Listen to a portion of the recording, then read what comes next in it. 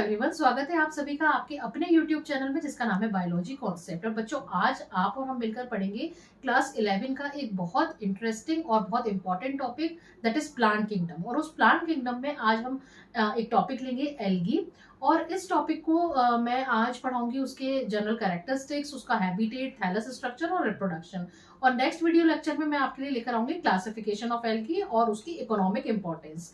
लेकिन एक छोटी सी बात और आपसे कहनी थी कि इस वीडियो में मैंने पेन और पेपर का यूज किया है विजिबिलिटी को देखते हुए, और कुछ मेरे पास बच्चों की रिक्वेस्ट आई थी। तो अगर आपको ये मेथड सही लगा हो तो प्लीज मुझे एक थंब भेज दीजिएगा, एक छोटा सा कमेंट कर दीजिएगा। आपका कमेंट मेरे लिए बहुत मैटर करता है। और अगर न पसंद आया हो तो कोई बात नहीं, आप मुझे कमेंट लिख के अपनी प्रॉब्लम्स को, इस वीडियो के रिगार्डिंग जो भी प्रॉब्लम्स हो उनको आप मुझसे शेयर कर सकते हैं। आज का हमारा इंटरेस्टिंग सा टॉपिक है प्लांट किंगडम। और प्लांट किंगडम में आज हम लोग पढ़ने वाले हैं एल्गी। तो एल्गी में बच्चों हम लोग क्या देखेंगे? हम लोग देखेंगे डेफिनेशन। भाई मैंने DEFINI लिख दिया था पहले से, वापस रिपीट कर रही हूँ। हम लोग पढ़ेंगे डेफिनेशन, उसके बाद हम लोग देखेंगे इसका हैबिटेट, हैबिटेट के बाद हम लोग देखेंगे इसका थैलस स्ट्रक्चर, और थैलस स्ट्रक्चर के बाद हम लोग देखेंगे इसमें किस तरह से रिप्रोडक्शन होता है।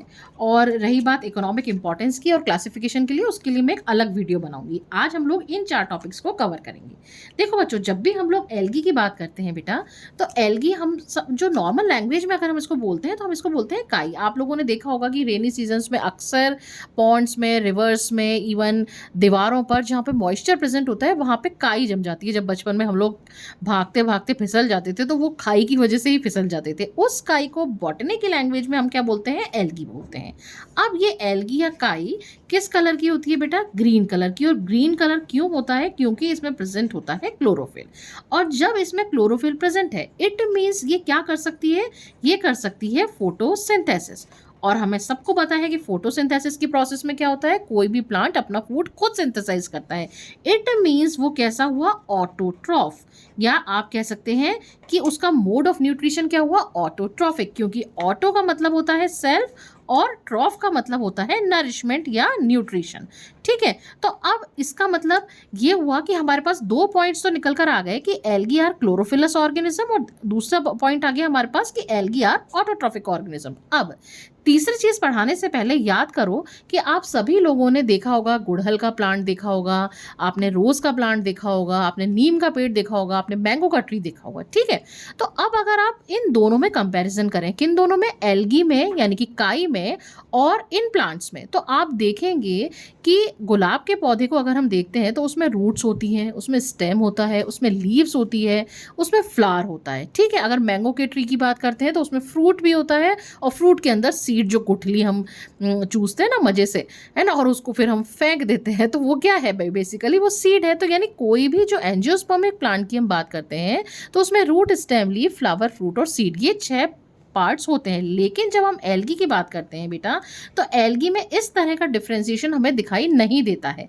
तो जब भी आपको इस तरह का डिफरेंशिएशन दिखाई नहीं दे, तो ऐसे जो स्ट्रक्चर होता है, ऐसा स्ट्रक्चर या ऐसी प्लांट बॉडी को हम क्या कहते हैं कि वो प्लांट बॉडी किस तरह की है? थैलॉइड टाइप की। तो यानी बहुत ही सिंपल टाइप का इसका ऑर्गेनाइजेशन होता है। तो अब अगर हमसे कोई पूछे कि डिफाइन एल्गी या what is the definition of algae, तो हमें कुछ नहीं करना, हमें इन सारे पॉइंट्स को प्लस कर देना है। ठीक है, और हम क्या कह देंगे कि algae are chlorophyllous organism, algae are chlorophyllous, autotrophic, simple and thalloid type of organism. और ये मिलती कहाँ है? ये मिलेंगी आपको मैक्सिमम केस में वाटर में, लेकिन वाटर के अलावा भी बहुत सारी प्लेसेस हैं, अभी आती हूँ उनको भी बताऊंगी। और वाटर में अगर मिल रही है तो हम क्या कह देंगे कि ये किस तरह के ऑर्गेनिज्म है? एक्वेटिक ऑर्गेनिज्म है। ठीक है, अब वाटर के अलावा जैसे मैंने आपको बताया कि इस कहाँ कहाँ पॉसिबिलिटी है इसके मिलने की। अब ये एल्गी आपको सॉइल पर भी मिल सकती है। अब सॉइल पर भी मिल सकती है। यहाँ पर फिर एक इंपॉर्टेंट क्वेश्चन NCERT से आपके आता है कि ये पॉसिबिलिटी है कि ये सॉइल की सरफेस पर मिले, तो हम इनको क्या कह देते हैं? सेफोफाइट्स। और अगर ये सॉइल की सरफेस के अंदर, यानी कि आप जब मिट्टी को खोदेंगे तब ये मिले, तो हम इसको क्या कहेंगे? क्रिप्टोफाइट्स। जहां पर भी बेटा क्रिप्टो का आता है उसका मतलब होता है हिडन। यहाँ लिख देती हूँ मैं हिडन, और फाइट्स का मतलब क्या होता है, प्लांट्स, तो यानी ऐसे प्लांट्स जो जमीन के अंदर मिल रहे हैं। तो एल्गी के केस में क्या हुआ, अगर on the surface of soil present है एल्गी तो हम उसे कहेंगे सैपोफाइट्स, और अगर वो सॉइल की सरफेस के अंदर प्रेजेंट है यानी मिट्टी को खोद के आप निकालते हैं और फिर आपको मिलती है एल्गी तो हम उसको क्या कह देंगे, क्रिप्टोफाइट्स। दूसरी पॉसिबिलिटी है ये कि एल्गी किसी दूसरे ऑर्गेनिज्म के साथ एसोसिएशन में रहे, जैसे कि एल्गी अगर मान लीजिए फंजाई के साथ एसोसिएशन में रहे, ठीक है, एल्गी अगर फंजाई के साथ एसोसिएशन में रहे तो हम उसको क्या नाम दे देते हैं, लाइकेन। और इस तरह की एल्गी जिसमें एल्गी किसी दूसरे ऑर्गेनिज्म के साथ प्लस प्लस टाइप का इंटरेक्शन शो करे, यानी ऐसा इंटरेक्शन, ऐसा एसोसिएशन जिसमें दोनों को फायदा हो, प्लस प्लस, एल्गी को भी फायदा, अब अगर मैं फंजाई लेती हूँ तो फंजाई को भी फायदा। अब आप पूछेंगे भाई कैसे फायदा, तो देखो एल्गी क्या करती है, एल्गी है ग्रीन कलर की, तो ये तो क्या करेगी, फोटोसिंथेसिस के थ्रू फूड बनाएगी, तो ये फूड कौन कंज्यूम करेगा, वो फंजाई भी कंज्यूम करेगा। और फंजाई को इसमें क्या फायदा हो रहा है कि फंजाई को इसमें फायदा हो रहा है कि इसको बना बनाया खाना मिल रहा है, इसको बनाना नहीं पड़ रहा।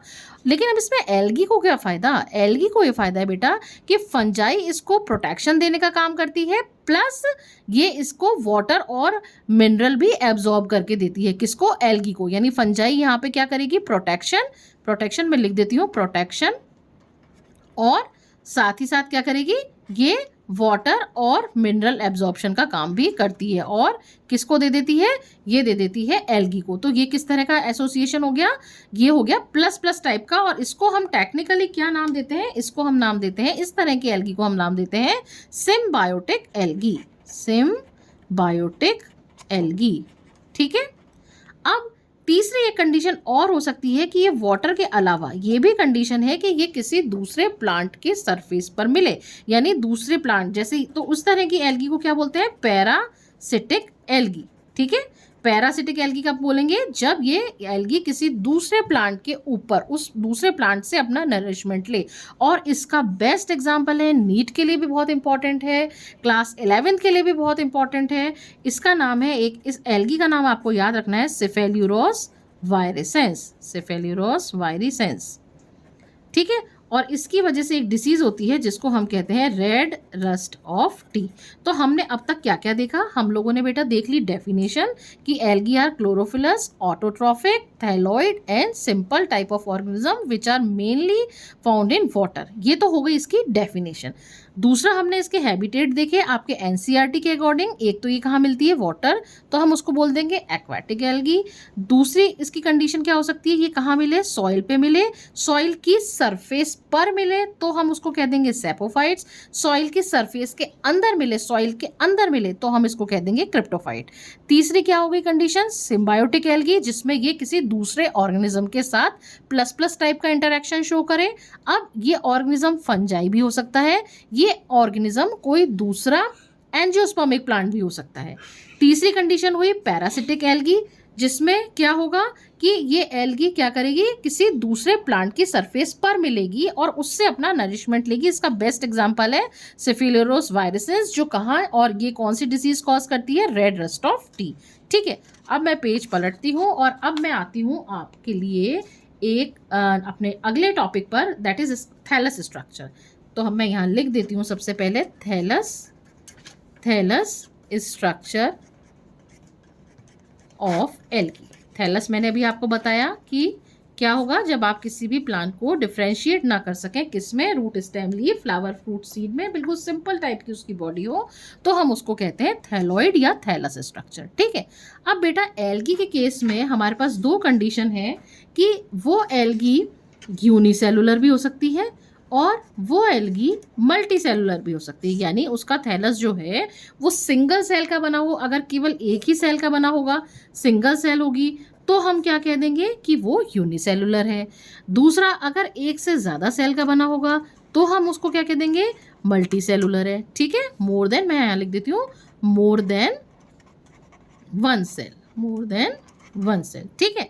अब यूनिसेलुलर एल्गी का एग्जाम्पल क्या है, एग्जाम्पल इसमें याद रख लीजिए क्लोरेला, क्लोरेला, ठीक है।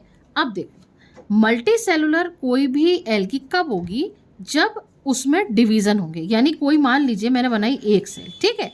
अब एक सेल है, अब एक सेल में डिवीज़न होंगे तभी वो क्या होगी, मल्टी सेलुलर। अब यहाँ पे दो कंडीशन है कि मान लीजिए ये एक सेल है, इसमें डिवीजन हुए, उससे दो सेल बनी, और ये दोनों दो सेल है, इससे आगे और डिवीजन हो गए और बन गई 4 सेल्स बन गई, ठीक है।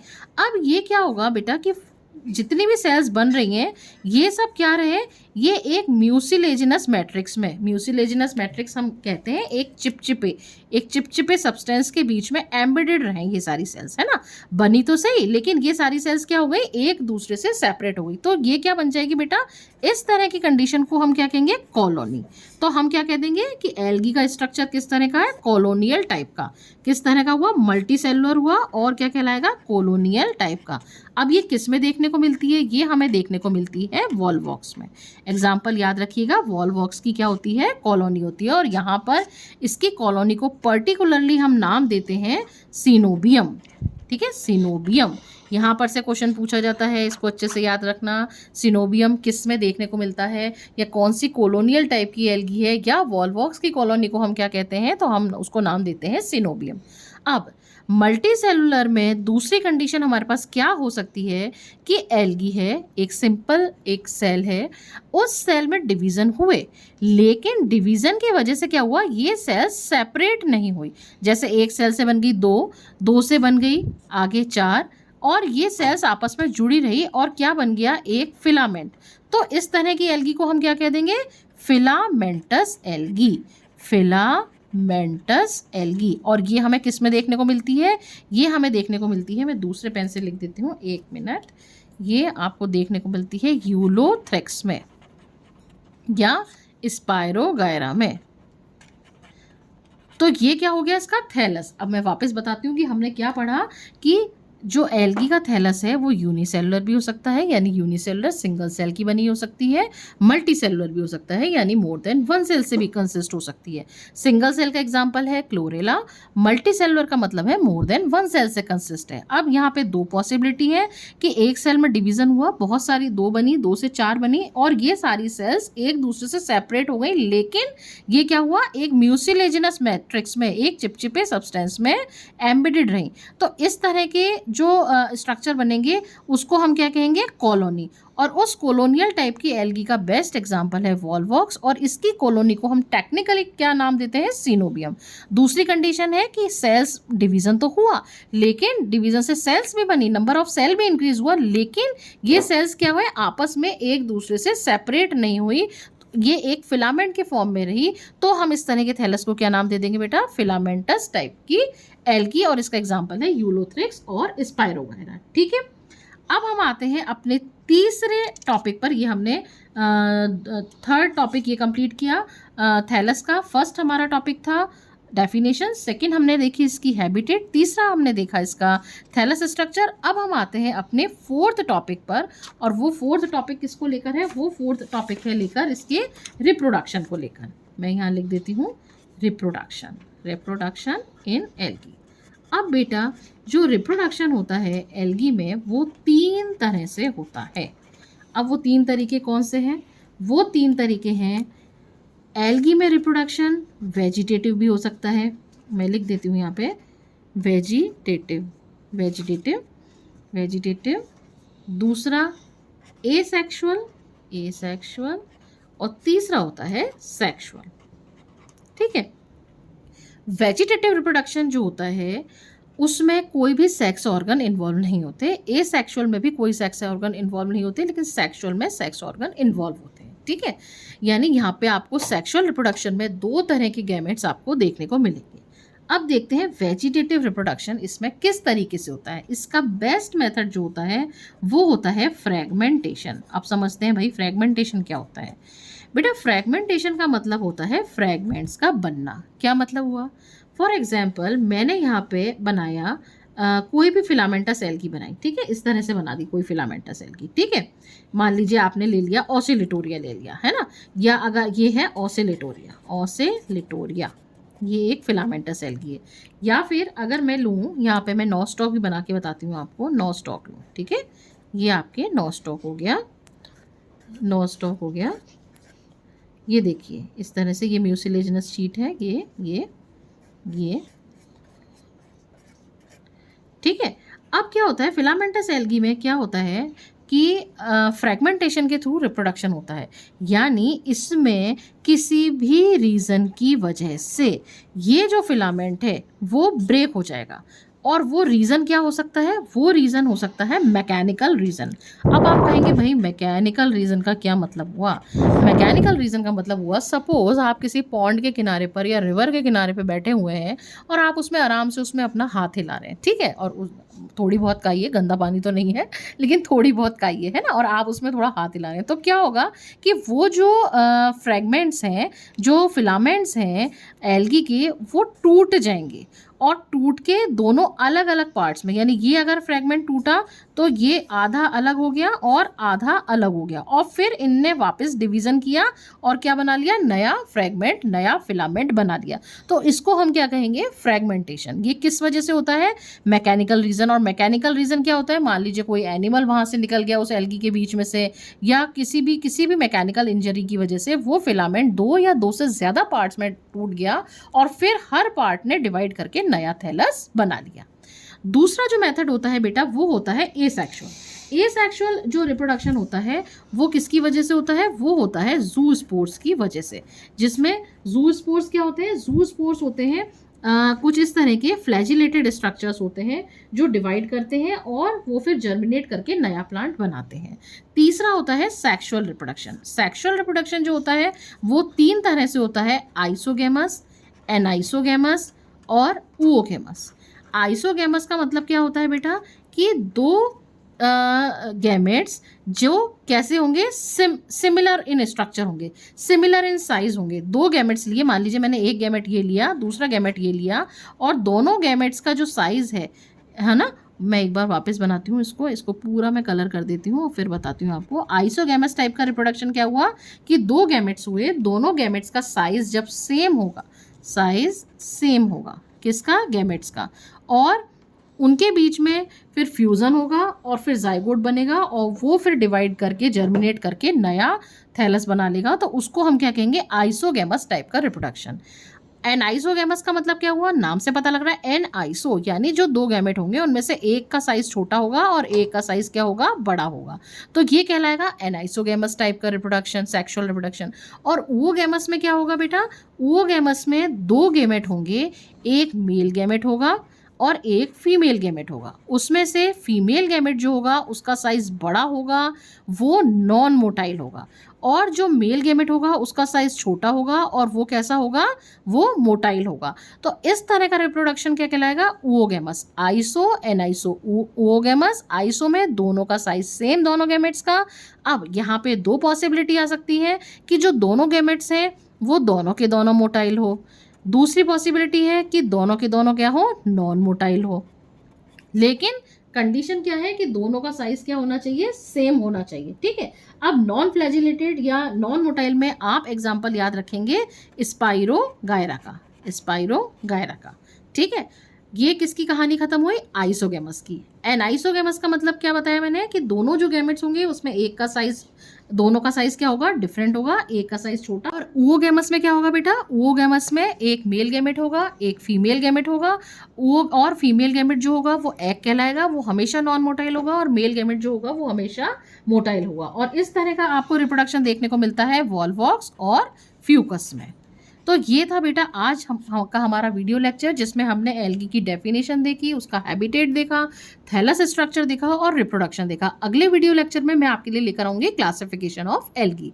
तब तक के लिए थैंक यू वेरी मच। अगर आपको वीडियो पसंद आया हो तो प्लीज़ इसको लाइक करिएगा, शेयर करिएगा और सब्सक्राइब करिएगा।